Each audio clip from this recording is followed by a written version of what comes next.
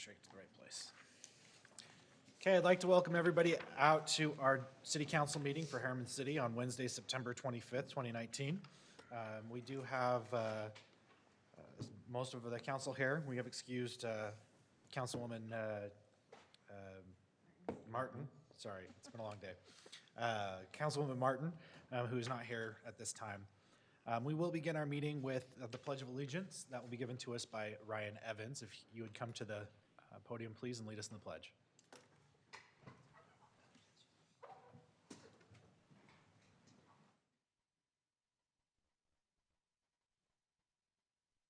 I pledge allegiance to the flag of the United States of America and to the republic for which it stands, one nation, under God, indivisible, with liberty and justice for all. Thank you, Ryan. We appreciate your participation. Any item 5.2, any comments or recognitions by the City Council today? I'll just say that appreciate the work of the staff today for our partner luncheon that was put on. I know our partners appreciate the recognition very much, and again, just another way that our staff goes above and beyond to show their appreciation for those who work with and give to the city. So, and I will just, and this wasn't a city event necessarily, but held at our high school, the Miracle Mascot event they had on Monday night. It was phenomenal, and I was glad that such an event has moved its way to Herriman. It's been held in Lehigh for a long time, and now it was held in Herriman, and it was a great event to see families there joining together, and the proceeds went to a really worthwhile cause. So I'm grateful that event is now moved into our community, and I know some of our fire department was there and a lot of different people, so it was a great event, so kudos to them. Quick recognition for the work that's done on 126 South. I know I've gotten a couple of emails. I get a lot of comments. It's my neck of the woods.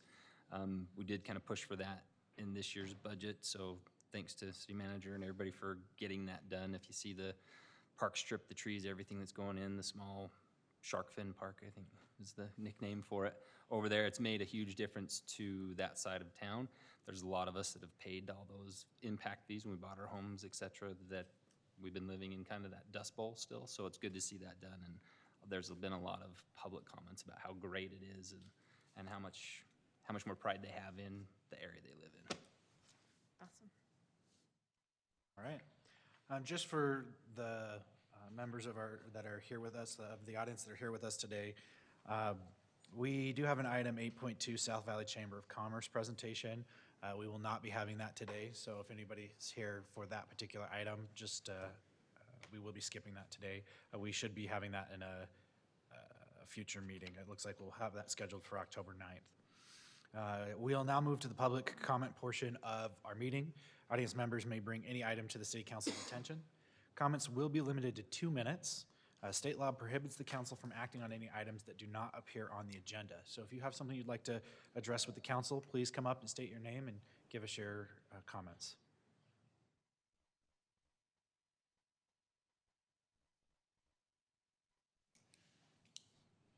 My name is Steve Shields. During the work meeting, there were comments made about the community coordinator program. Having attended the recent 2 meetings, I just wanted to give a little bit of feedback. I think that there's definitely some room for improvement in the format. I think there's especially room for improvement in managing the expectations of those that are in attendance. I think those unfulfilled expectations are where some of the negative feedback comes from. However, I would say that I think it's a very good idea to get the neighborhoods directly involved with the developer so that there's some back and forth. I think some really good ideas were exchanged. Some good progress was made, at least on the plan that was presented, and I was really appreciative of that time. So for whatever changes you make, I think there's benefit to continuing the program in some format, but managing the expectations will be really beneficial. Thank you. Thank you very much.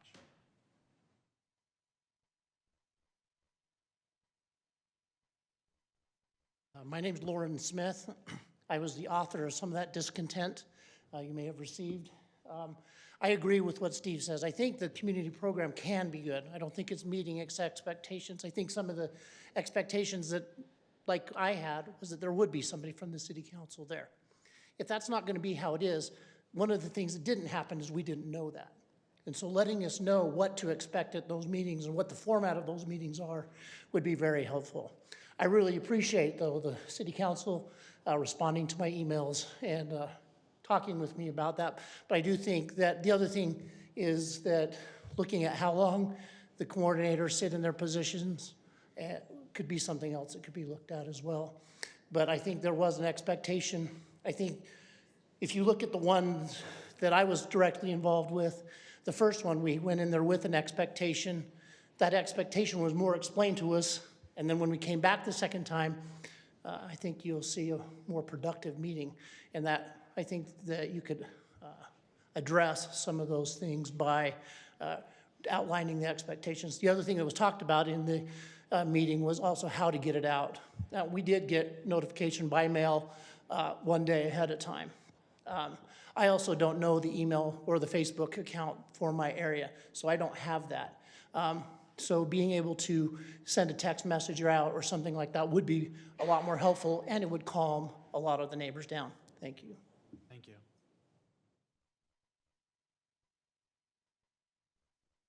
All right, seeing no further comment, we will close the public comment portion of our meeting. Item 7, City Council Board and Committee Reports. I do, and I'm sorry, I'm going to regress a little bit. This is kind of more of a recognition.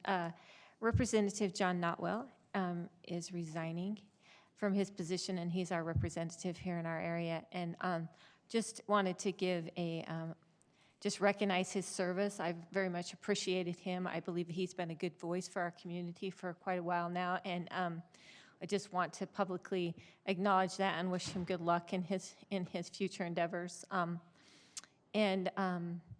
The process now will be his party will select someone to fill his term. And that will be, if you are a Republican, it will go through the delegates, will vote on that. And so I would encourage you, if you belong to that party, to reach out to your delegates and make sure that they know your thoughts or your concerns about people who are running, or your support for people who are running, just to be more involved in that, because it's really key, these local people who represent our local areas that make decisions on the Hill. It's really important that we have a voice in that. So I would just recommend you reaching out to your delegates if you belong to that party. And then I do have a report from Wasatch, from the garbage district, sorry, Wooford. I always forget all the acronyms we have there. We just went through a pretty extensive salary evaluation for our employees. We have, I feel like it's run really well. It's not top heavy. There's very little administrative staff, and so and very essential administrative staff. Most of it is drivers. We are currently 9 drivers short, which is about 20% of our workforce, so it is really difficult. So if you see a really frustrated garbage truck driver, that's probably why. He's doing a lot of extra duty right now. We're really struggling trying to bring in employees and keep them. Anytime the economy is good, it's really difficult to bring in employees, especially when we compete with kind of the construction trade and things like that. They get big sign-on bonuses. And so we really are struggling right now having enough employees. And that being said, it necessitates paying more. We have to be competitive with the market so that we can fill those slots. Or if you think garbage isn't a vital service, then go a few weeks without getting it picked up and you'll understand how vital it is. So we voted as a board to implement the recommendations from the study to increase the pay for the employees.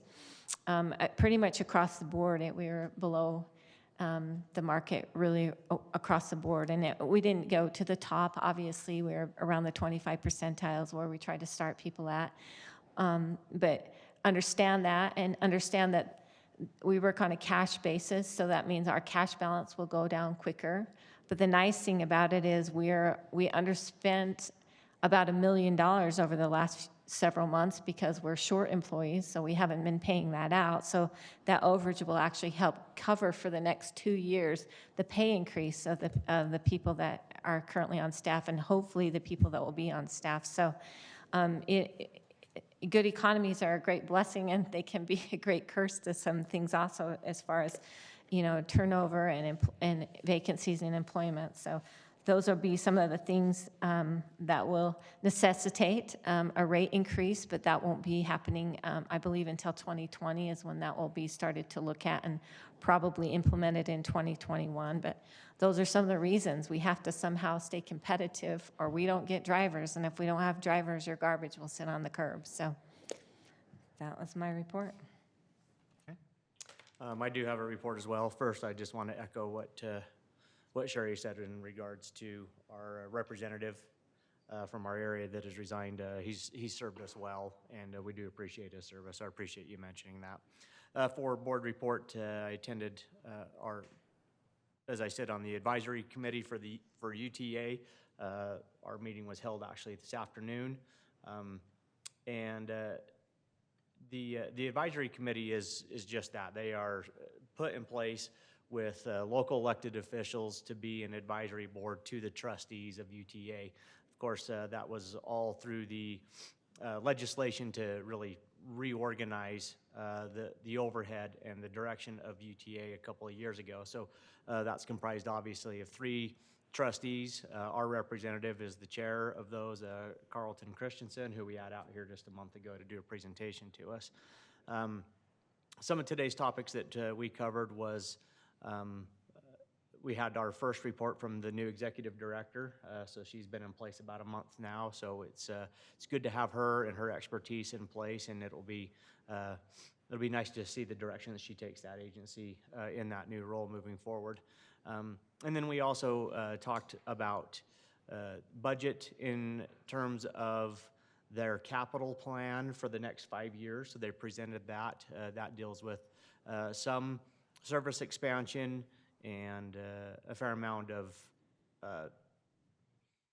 good of repair, state of repair of the existing equipment.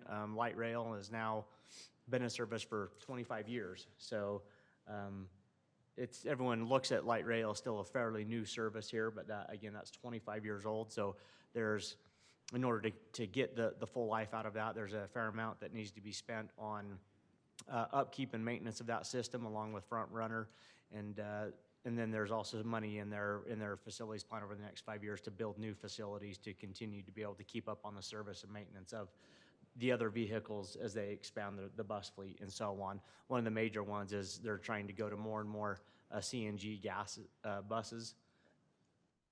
They need a facility to actually be able to service those and maintenance those, because it's different than what they're used to. And then there was also a lengthy discussion on basically refunding and reissuance of some of the bonds. Again, current interest rates are at really an all-time low, and so they're looking at some of those bonds that have been callable. Primarily, they're 2012 and 2015 bonds, and using that to be able to really save money in the long run. And so I won't give you all of the details, because quite honestly, it was a lot of it was right over my head as they had the finance people talking. But ultimately, what it means is it helps to lower the long-term debt of UTA, helps flatten that out, which makes the ability to bond easier and better down the road, and also has a sizable savings to the organization. And then lastly, we talked about actually trustee compensation. Though the advisory board is just that, an advisory board to the trustees, one of the main responsibilities and authority they have is to actually set the compensation for the trustees. Those trustees have been in place now for coming up on a year, and they set that initial rate, and today was designed to have that come back and have a discussion about the trustees' compensation, and do they think it's in line with where it needs to be, and those types of things. We're going to really, there was a recommendation to give them a small increase in their compensation currently, but not to go obviously all the way as to the max that was set by the state legislature. And one of the things that will be coming back in our meeting next month will be to actually talk about measurable outcomes, expectations, goals, so that one, they know what the advisory board expects of them, and honestly gives them a path forward to be able to continue to have potential growth in their income. That's something that has not been clearly identified to this point, which we all felt like was only fair to be able to give them expectations to be measured against. So that's my report from UTA. Just a quick one, because we had it this afternoon as well. So it's the day for Busy day. meetings, is the Southwest Visioning Study is kicking off. We selected a consultant, had a kickoff meeting in August that was well publicized. I think today was our first meeting with the consultant to basically give them the go-ahead to launch the website, send out the email, start doing interviews with stakeholders, et cetera.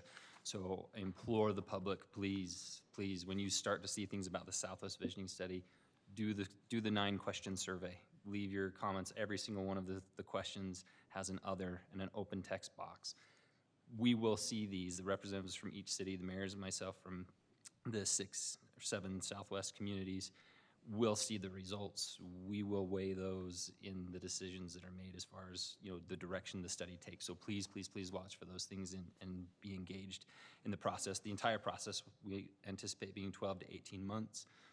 We'll see what happens as we go. There's a lot of work to do to talk to all the stakeholders and coordinate this region. I don't want to beat the dead horse. I feel like I've given the same description every single meeting for the last year of what we're trying to accomplish. But really, the initial results we want to see is an assessment of the current area. How far behind are we on infrastructure? We know we're behind. And we kind of made that clear to the consultant. They kept using the words today of keep pace with growth. And I said, no, there's no keeping pace. We need to figure out how we're going to catch up before we can keep pace. The first step is catch up. What collective resources from these cities, from the county, from the state, from the federal government do we have to catch up, get it to where it needs to be, let alone keep pace with growth? So there's a lot of important things that will come from it, but public input is going to be very, very important. So please, please be engaged in that. Okay. All right, we will move to item 8.1.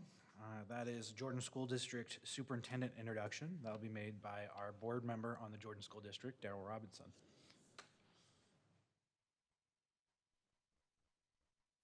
Hi, Mayor, City Council, administrators, and residents of Herriman. I'm so grateful to be with you. I'm Darrell Robinson from the Jordan School Board of Education. As you know, Dr. Patrice Johnson recently retired, and the Jordan School District Board went through an extensive search to find a replacement. It's very hard to find a replacement for someone who did so much good for our school and specifically our community too. She really righted the ship in a tough time. She worked really hard to develop a good relationship with our cities, which we're reaping some benefits of that. We have found the right person right under our nose, and it's Dr. Anthony Godfrey. Dr. Godfrey comes with much experience in education as well as the Jordan School District. He also is a great innovator and a communicator. He has the skills, we believe, that not only do good for our district to take it to the next level. We want to be the leader in education in the state of Utah. We have some critical needs with education in our community, and I think that he understands them. And so we wanted to give you an opportunity to meet him, ask any questions of him or me, and thank you so much for your time. So here's Dr. Godfrey. Thank you very much. I appreciate having a few minutes. It's been a pleasure working with Herriman City over the years. I was associate superintendent previously, and we've always had a great relationship with the city and have appreciated that a great deal. The city contacted me right out of the chute after I got the position, and we got to meet together and have some great conversations.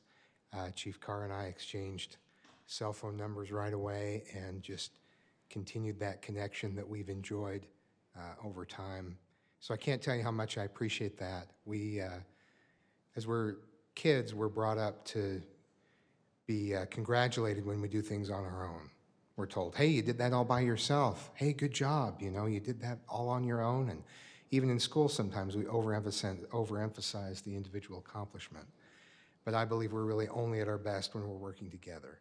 And working with Herriman City has been very productive for us. We had an issue in a school. We never have issues in schools, but we happened to have one last week. And Chief Carr was out of town. We called him, and he was grateful we called even though he was out of town, very responsive. And I heard so many great compliments about how quickly we received help and how smoothly that went.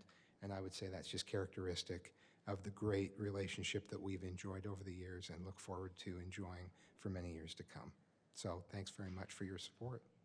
Okay, we appreciate it. We appreciate any opportunity that we have to have those important members of our community come and meet with us. I don't know, does the council have any comments or questions?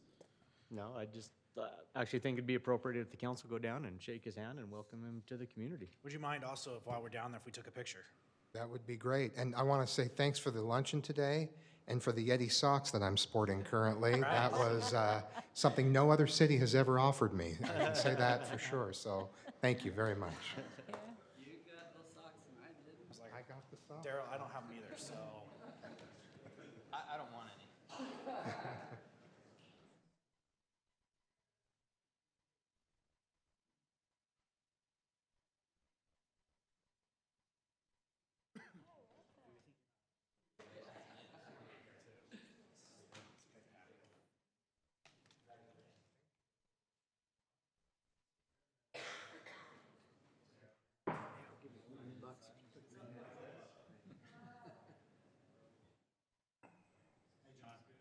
You enjoy this photo.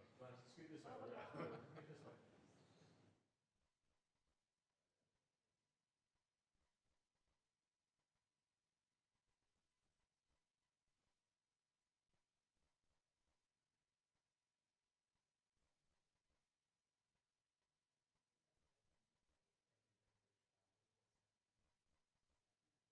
Thanks, Anthony.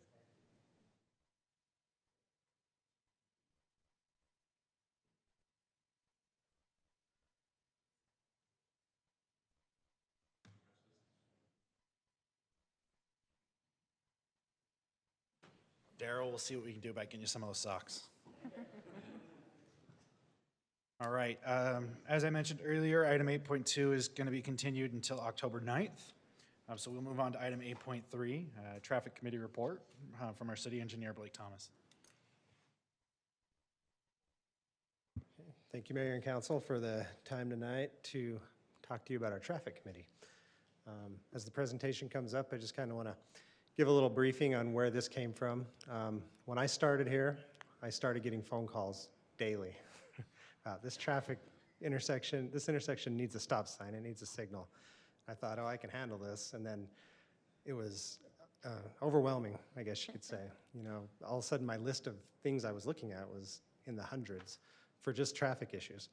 So I spoke with some other city engineers, and we all had similar issues, and we came up with this idea that it would be wise for each of us to create our own traffic committees. So some other cities are doing this, South Jordan, Riverton, and so we put a traffic committee together here in Herriman, and I think we presented it to the council probably about 3-4 years ago, but we've never come and presented to you on it. So I was hoping that we could start presenting quarterly of what we've been doing, because I often hear in the work meeting about, or we get a resident that comes in and brings up a concern, and I don't want everyone to think we're not just sitting around not thinking about these issues. We are often thinking about them, discussing them. So, Not to mention all the emails that we just forwarded to you. can you forward that one slide? This one's not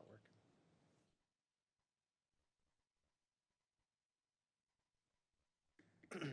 Anyway, so the committee, we meet monthly, and so we got together and talked about who should be on this committee. So everyone that kind of has their hands in anything that deals with traffic as city staff. So we put someone from planning department, GIS. The GIS department is a big component because they put up the traffic counters that go out and count all the traffic, and the traffic counts are what we use to decide whether a traffic intersection needs a signal or a stop sign, because there's a whole manual that tells us when we put those in and when we don't. We have to hit certain volumes for certain amounts of time. So we meet once a month, we talk about all the traffic concerns. And one thing I want to bring up is the Herriman Police Department. They have on their website, herriman.org/police/services. If you go to that site, there's a button and it says submit traffic concerns. So if anyone has a traffic concern, you click on that, and it opens up a form, and you fill that out, and it automatically goes to the police, and I get it. And so those are items, we get all of our agenda items off of there and phone calls. And those are responded to almost immediately. And it's all tracked in our spreadsheet that as they enter it in. And it's been really helpful to have that. So we go through these items once a month, we talk about them, then every month we follow up on the things from the previous month and then the new items. And so we talk about vehicle safety, cyclist safety, pedestrian safety. And then some of the main things we talk about are listed here. Speeding is a main concern. Congestion is also a concern. And then a lot of discussion, especially this time of year, as school starts, we get a lot of requests for 20-mile-per-hour zones, stop signs, crosswalks. And so we go through each one of those. At this time, I'd like to introduce Bryce Terry. He's our new engineer that we hired just in July. He was an intern for us, and he's worked out very well. And I've assigned him the role of kind of putting together the agendas and helping us out with the traffic Okay, committee. Bryce, you can come up. And he's going to actually present some of the key items and at this time around, and I just wanted to get up this time and introduce him. I think from our quarterly ones that we'll present in the future, he'll just come up and you won't have to hear from me. I'm a little long-winded sometimes. But anyway, I'll turn it over to Bryce and he can go through the rest of this. Thank you, Blake. So like Blake said, I'm part of the engineering staff. I focus on roadway and transportation.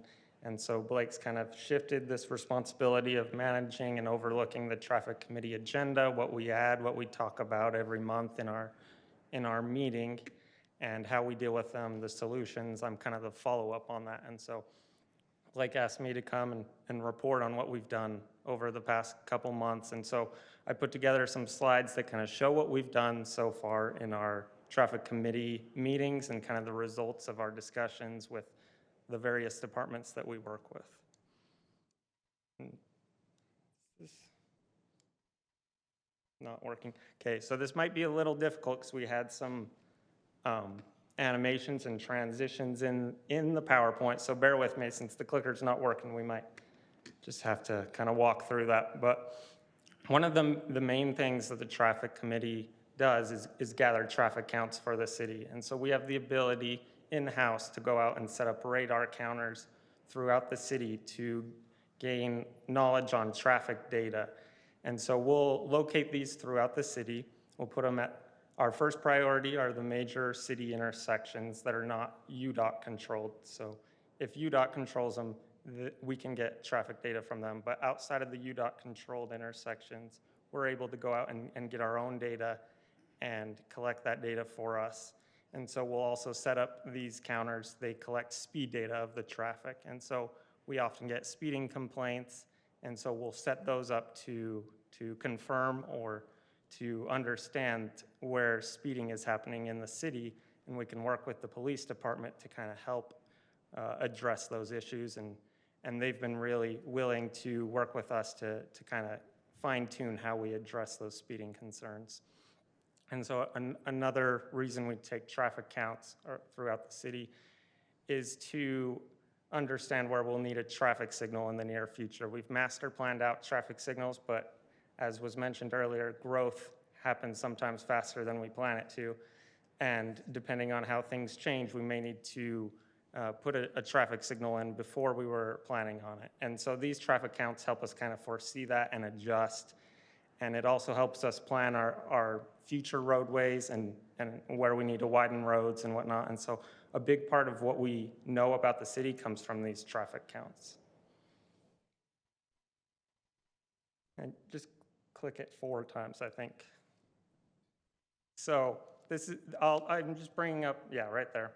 So I'm just going to bring through some examples of some of the work we've done. So one of the issues that we've had is that people will run stop signs or won't obey traffic law properly because of city infrastructure lacking, or because in this case, this is an example where we had a tree that was blocking the stop sign. And so residents in the area were noticing that there were many travelers that weren't stopping at this stop sign. So we had them relocate the tree so that it was out of the way of the stop sign and made it clear for those coming through and hopefully make that area safer.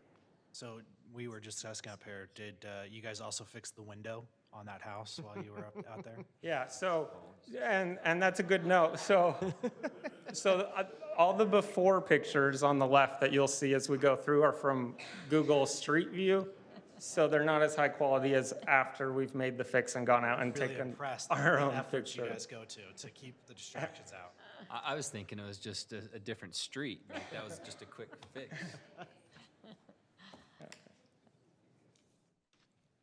All right, and then 4 clicks again. Okay, right there. All right, so this is another issue that we've had. This is out on Ambermont, if you know where that's located. There's a crest hill right here where a resident lives on the other side of the hill. You can kind of see in that red arrow is about where he lives. And so every time he would back out of his home, he would be nervous that a car would be coming over this hill. And in his account, he said in several cases there were near misses of cars hitting him as he backed out. And so we took a look at it, and we decided that there was some sight distance issues there. And we couldn't do much as far as adjusting the roadway, the geometry of the road, but we were able to put in some advisory signs and warning signs to hopefully slow down traffic and be able to advise those traveling there that, hey, we got to slow down, there's a hill that blocks the view. And as a resident there, he was happy to see that improvement, that we were able to help that road become a little bit safer. Did it have the desired impact? Has he had the same problems? Yeah, and that's a good question. So from what I've heard, I haven't followed up recently, but after about a couple weeks of having this up, he said that so far he hadn't had any issues and that he was very happy that we installed it. Cool. I haven't followed up since then, and so maybe, and yep. Thank you. So this is up in the Cove. We got complaints that some residents had run into this traffic island, and you can kind of see why. The arrow kind of blocks it there, and Google Street View doesn't give you maybe the best picture there, but there's really no warning. It kind of pops out of nowhere in the middle of the road, and so there's not a lot of great lighting there, and so if your headlights aren't working so well, then it really is hard to see. And so one of the things that we did was to decide to put in these delineator signs, or we call them object markers, to kind of that reflect and have ultra high reflectivity to allow a car to know, okay, this is a traffic island and we need to delineate that from the roadway. And so this was just something simple, and a lot of these are just simple sign fixes, right? But they help improve the area. And you can see this is a plowable end section to that, so that if a plow hits it, it's not a major issue. But that also has the reverse effect that when we didn't have these signs, cars were kind of launched into the island. And so, We're literally just saying that. and so we decided we needed to take action, and so we ordered some of these signs and installed those. I think they were just trying to make the jump. Okay, so this is you can keep going all the way through. You'll see we've had this issue throughout the city, closer to apartments and condo areas, where we have issues with parking on the public streets all the way up to the intersection. And we have issues with cars pulling out from the side road to be able to see to turn left or right because the cars are parked all the way up to the intersection. And so we've taken a look at several locations and installed no parking signs that point inward toward the intersection. So we still allow parking, but not close to the intersection. And so it just allows residents coming out of that apartment complex or in other areas, side streets, to be able to safely turn out into the lane without worrying about a car coming out of nowhere and hitting them right there. And so that's one of the things we did with parking issues in the city. On that, do we normally paint those curbs red as well, or do we leave those unpainted? We generally will not paint them red. We have in very few exceptions, but generally we'll put up the signs and the arrows and try to make it very clear with the signs. Is that generally sufficient? Generally what we've seen, this comes with a partnership of HPD. of enforcement along those signs, because we know that those signs are great, but if they're never enforced, then they really amount to nothing. And so that's been an ongoing coordination with HPD to be able to make sure we're all on the same page and being able to make sure those are effective. Yeah, certainly, because curb painting then becomes a cost because it's constantly. Yeah, maintenance issues. that's one of the major reasons we don't, is because you have to maintain it every year, whereas a sign, you put it in once and it's permanent. But if it got to be a constant problem, then that could always be an option to paint a particular area. Exactly. And so in this case, this was on Brundisi, if you know the area, and, Yeah, better. yep.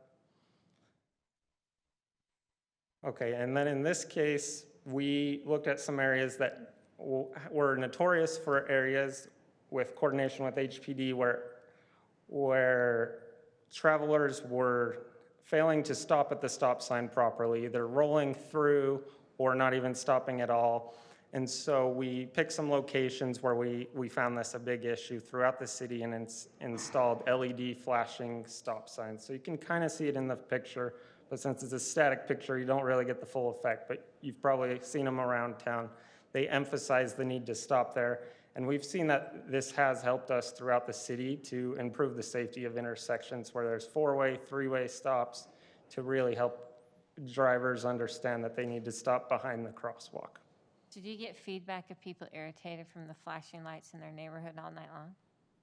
I have not yet received that. I don't know if other members of the city have, but I have not.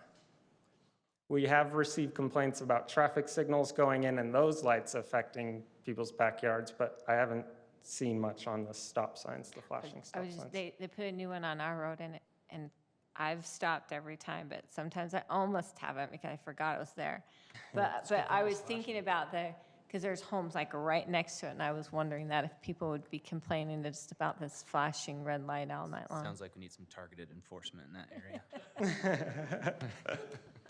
I believe it's a Ford F-150 particularly. Yes. And that's a good question. That's something that maybe we can follow up on and see what the result is from those neighboring Yeah, I was residents curious. by those stop signs. So.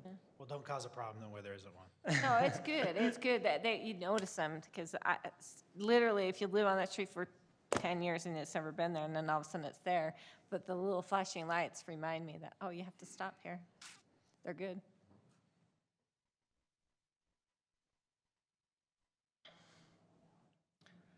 Okay, so these are some of our current projects that we're looking at. They're a little more major than the ones that we've shown, but we've got a lot of concern from residents and those around the city with some of our crosswalks. So this is on Main Street where Herriman Rose kind of attaches to Main Street. This elementary school, correct? Yeah, right outside the elementary school, so it is in a safe walk route zone. And so we are looking at options that we can to make this crosswalk safer. We have the flashing beacons on the outsides of the road, and as we've looked at it, we felt with that big of a road, a 5-lane road, that we would want to do more. And so one of the options that we're looking at is installing another flashing beacon in the center median and bringing back the stop or yield lines further back from the crosswalk, because we've seen that cars will stop right at the crosswalk and then the car behind them in the other lane doesn't see the children that are in the crosswalk, and so they slam on the brake at the last minute. Luckily, we haven't had anything major yet, but we decided as a traffic committee that it would be good that we make some improvements in this area. So I was thinking exactly about this place, and I am not an engineer, so I'm sure you guys look into this, but on 7100 South, the road that connects to Bangor, there is kind of a busy crosswalk there, and they have across the road, it's just like a stoplight bar, only it has the lights there, and so if you come up to there, you push that, and it shines the red light, so you have to stop until people leave. It's all the way across the road. Do you know what I'm talking about? We've looked into those. I've asked the county for pricing on that because they would be installing them like our traffic signals. The cost difference is very significant between these signs and those in I kind of thought the that. $60,000-$70,000 price difference. So we can look into that, and we've discussed that for some of our wider roads. This one is a 5-lane road, but it's not a wide 5-lane road like Anthem Park or Sentinel Ridge. So we're looking into that, though. Okay, cool. And then another area of similar concern, school crossing, is on Juniper Crest and Mount Ogden Peak, or it continues to be Patriot Ridge to the east. And so we're looking at options to make that safer as well, whether it's a refuge island or a median that gives a place for pedestrians to stop and kind of look and make sure they're safe before they go the rest of the way, and install those flashing lights as well up there in the center and on the sides of the road to increase the safety at that location. And so that's still in the concept and design phase. We haven't kind of got to the finish line with that one, but we're still in the concept phase with what we want to do there to make that crossing safer.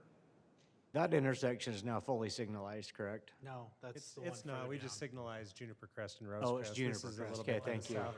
Oh, This yep, is now I actually, know where you're at. Thank you.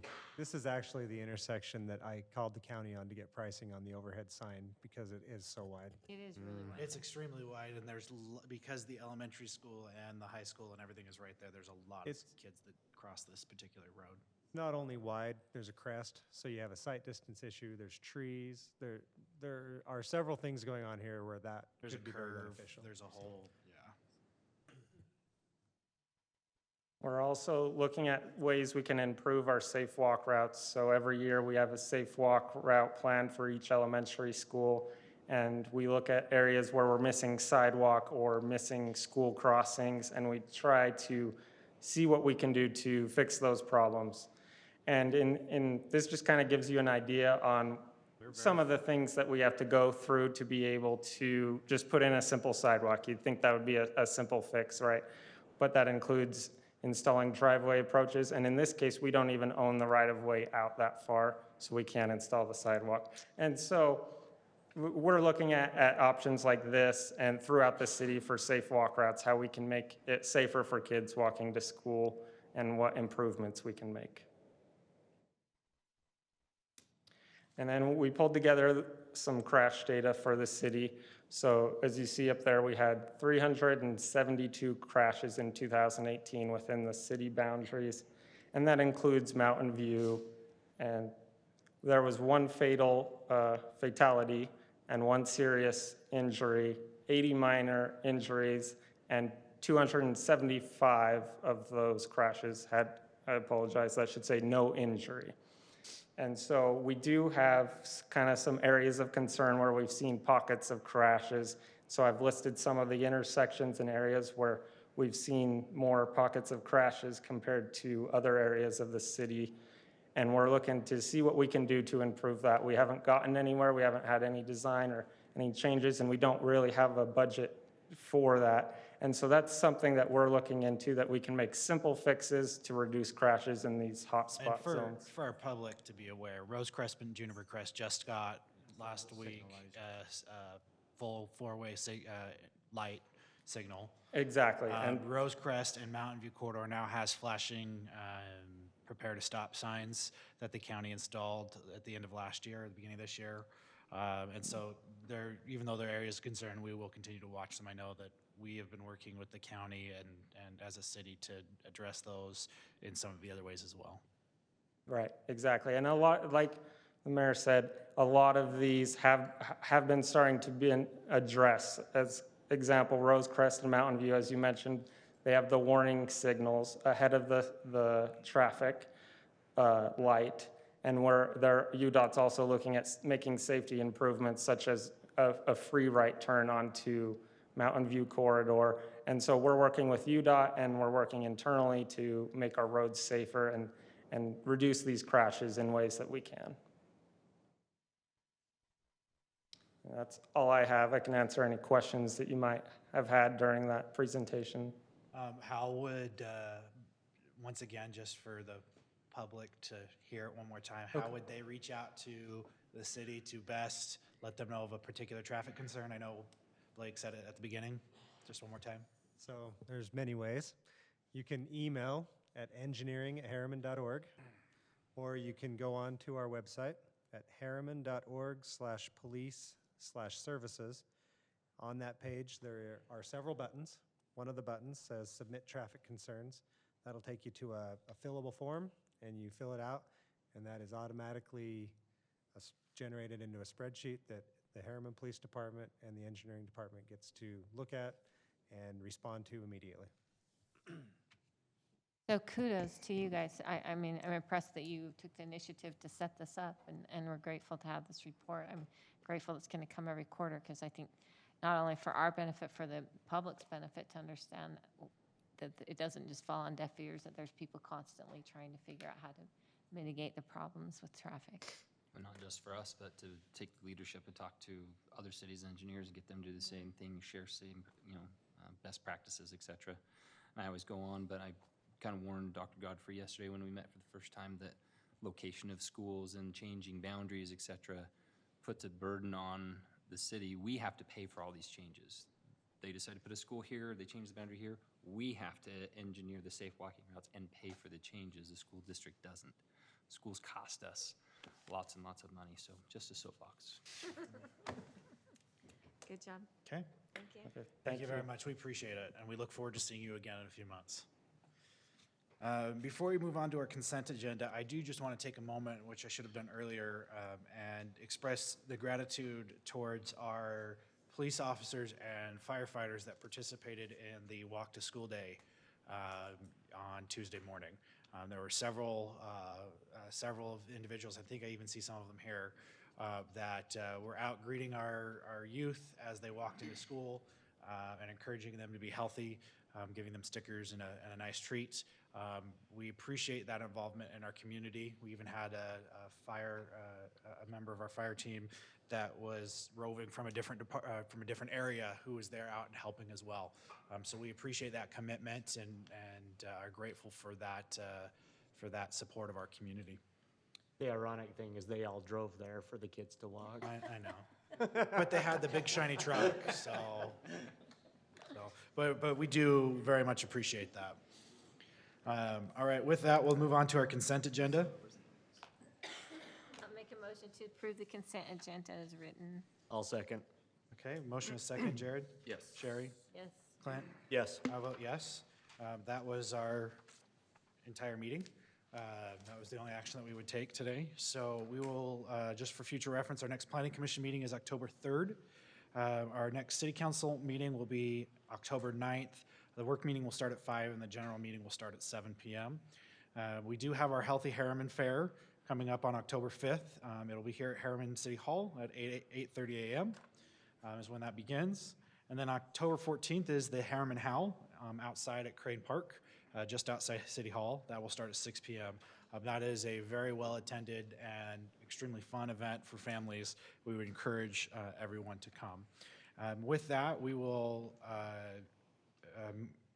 I will accept a motion to adjourn this meeting and go into our special Herriman City Safety Enforcement Area meeting. So moved. Second. Okay, motion second, all in favor? Aye. Okay, so we are moving out of our city council meeting into a Herriman City Safety Enforcement Area meeting, which is chaired by Councilman Henderson, so I will turn the time over to him. Welcome to the after meeting. You guys can leave if you don't want to stay for this part. So we'll call to order. The only item that looks like we've got is policy discussion on funds that the HCC contributes to Herriman City Community Development and Renewal Agency projects. Gordon. Where's Gordon? John. Gordon's not here apparently, but we wanted some direction on what percentage the Herriman HCC should give as part of economic development. So for context, I'll say I had unless there's anything else you need to. That's it. So we had a brief discussion about this, I believe, last meeting. Since then, I've had a conversation with one of the board members of the agency, I guess, is asking this initial question. And the response I got was that the situation was a little different than maybe we were under the impression of, and that the reasons we've stated last meeting and that I illustrated to him again, he thought were reasonable and felt that we just needed to explain that to the board, and we had a good chance of them accepting that explanation. So I don't know if we need to commit any funds or not, or just pursue having that conversation with the reasons we Do we explained know where last. Gordon is? I think Brett, do you want to speak to it? Well, I'm looking for Gordon right now. I've already texted him and came in here because he knew the numbers and everything, So kind of what was, I guess we were the only ones here.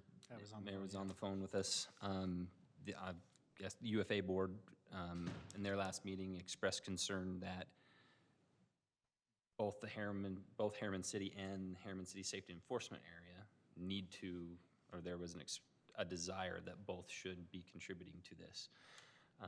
And some of the reasons cited were one of our former board members had made that explicit in her time on that board, that all cities should be participating at 100%, et cetera. I explained to him our reasoning that the two are separate, and HCC is just getting started. We're actually catching up from years of underservice. We're providing service to that area that should be serviced by another police agency. We are still waiting on a pending lawsuit with the agency that we left to get taxpayer money back to repay this, et cetera, et cetera. So I illustrated those things, and his comments were, well, really, there are a few board members who jumped on that bandwagon, but I think if they hear your explanation and the reasons you cited, I don't think there will be an issue. So I don't know, Gordon, if we need to go. So what sponsored this was a lot of discussion with the fire agency, but this also affects our school district vote as well as our county vote if we elect not to participate in the HCC in the CDA. So I think that is going to be something we have to, it's going to be difficult to explain, and we're likely to feel some significant reduction in funds from the other agencies as well. So again, I mean, that's kind of contrary to what I've been hearing this last week from one of the board members of this agency. I feel like we kind of need to have some more conversations, one of which is how are other agencies being treated? There was discrepancy there as well of whether Relisa was participating or not with one of their agreements. Other cities have basically gotten rubber stamps on these agreements before, and now we're being scrutinized. Yeah, and so I think we are moving forward fairly effectively with the school district, but I think that's going to change if we elect not to contribute from the HCC. I think on the county, it will significantly change that as well if we don't put any money in from the HCC. Is there a recommendation from staff as to how much we should be contributing from the I would HCC? say that you would make my job really easy if we did 40%. Not that you have a responsibility to make my job easy, but that would make it easy. Is that the expectation from those other boards? No, they would expect more, but I don't think we should. I think there's a problem with going higher than that. And like Jared, Councilmember Henderson said, that we, there's a reason not to do it for public safety, and I agree with that. So I'm not arguing with any of his points because they're all accurate, so I'm not going to. I guess the question is, have those points been made to the Jordan School District, County, et cetera? We haven't had those conversations with those entities, and maybe we should. I don't know that we articulated them well, but I think where they're at is they are not going to resonate with the people that we're talking to. They're basically saying, we give up what we're responsible for, you better give up, or we're just out. And I think that's kind of This sets a precedent, and there's the easy way and there's the right way sometimes. Well, I guess what I'm saying is the other agencies, when you look at West Jordan, South Jordan, Salt Lake City, any place in the valley that's going after county or city funding, they do include their public safety elements as part of that. Otherwise, they would be scrutinized like we are right now. So it is standard practice then to include public safety to a portion, to a percentage in these type of arrangements?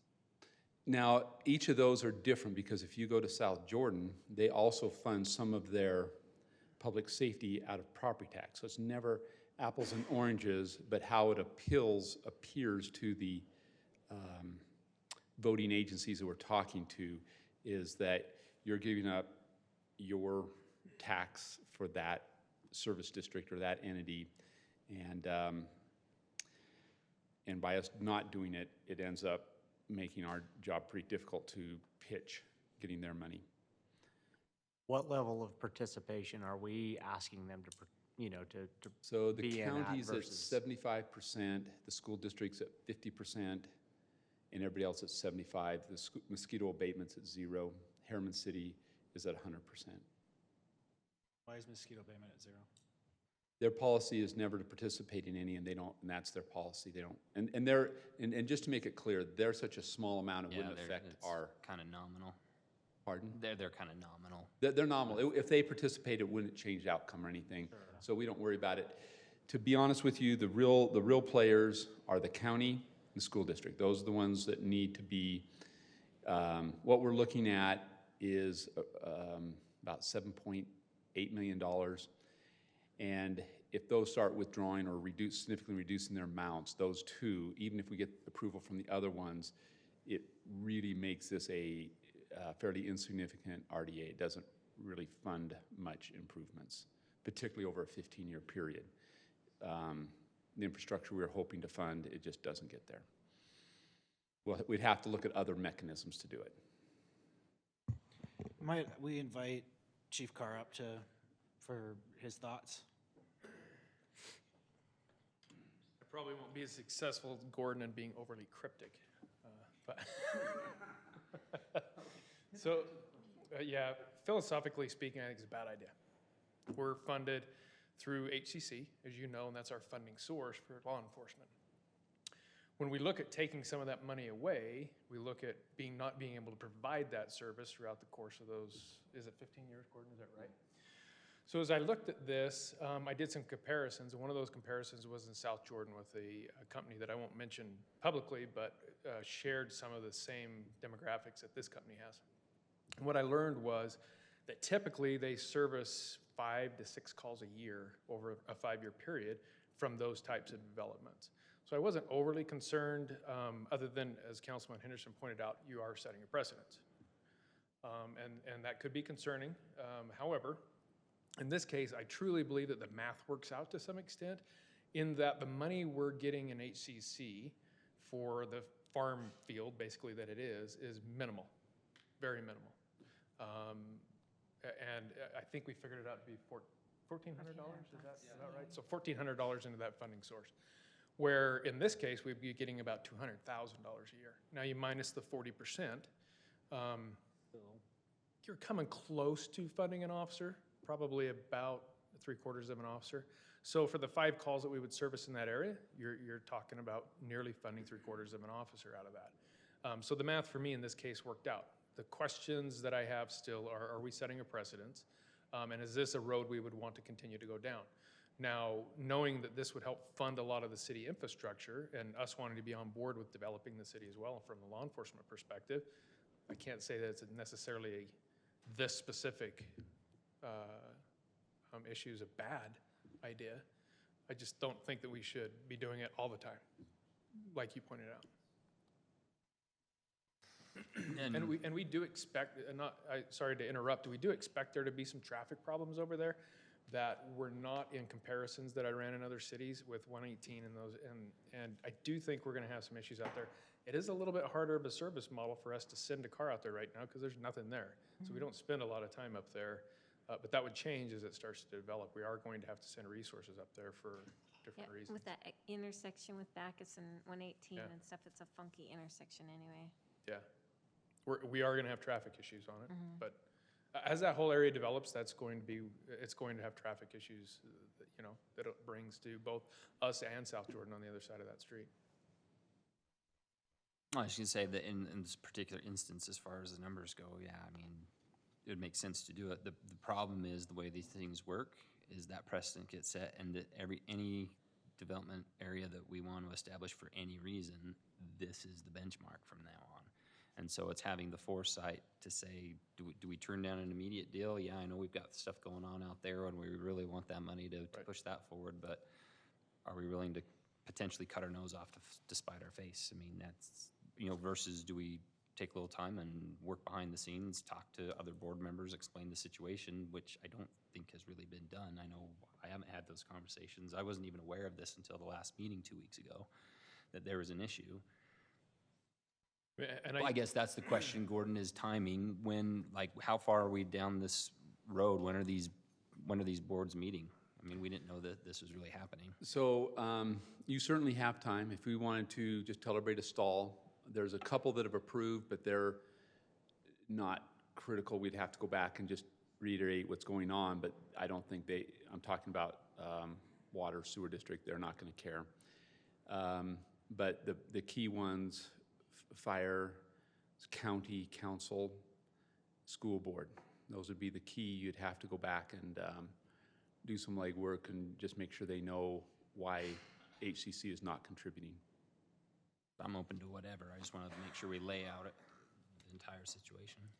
Yeah, I listened to your explanation about the numbers too, even a couple weeks ago, and that everything makes sense that way. Right. But the little precedence thing just keeps hitting me in the head, just being And as you look at this, as more of those come forward, are you, for the leaders beyond us, are we taking away those pieces little by little bit, little bit by little bit?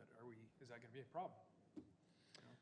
So I think one of the recommendations, regardless of how you act on this tonight, we ought to reconvene this board sometime in the future and actually draft policies for this board. I think that you see that the other boards are all doing that, and I think that would be something you would do. So even regardless of what you do tonight, you still need to make some policy, and that would be your precedent, not what you do tonight, what you create as policy. So while I agree it does create some precedents, you now create a policy that will be your actual precedents, what you will actually do.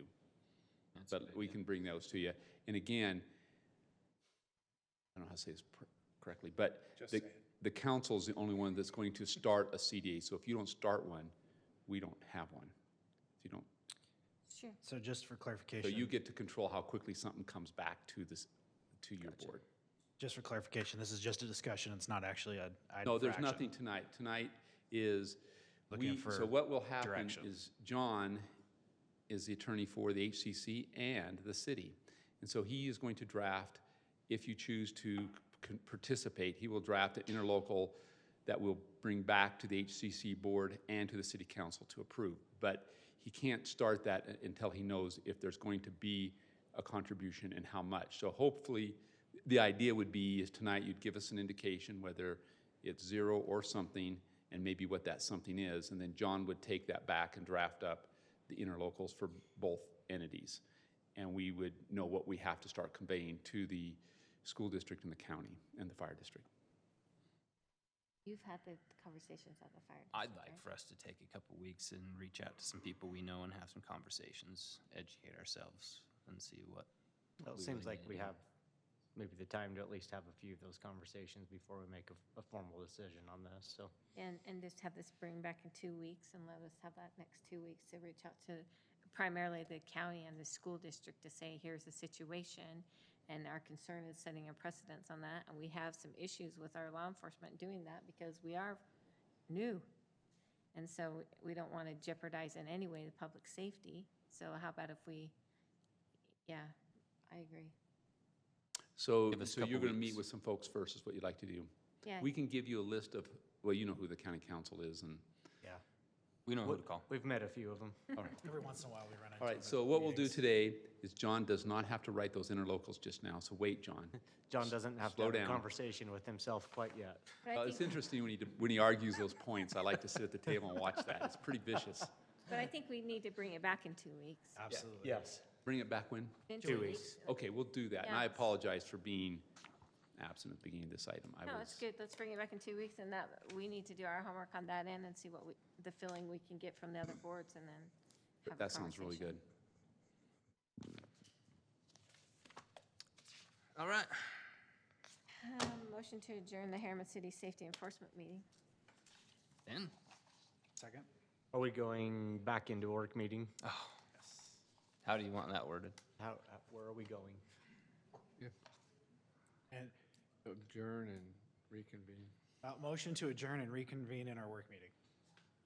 Second. Motion and a second. Is this a roll call vote? All in favor? It doesn't say. All in favor? Acclamation. Aye. All right. Now you can join us in the after meeting party Back in meeting. the other room.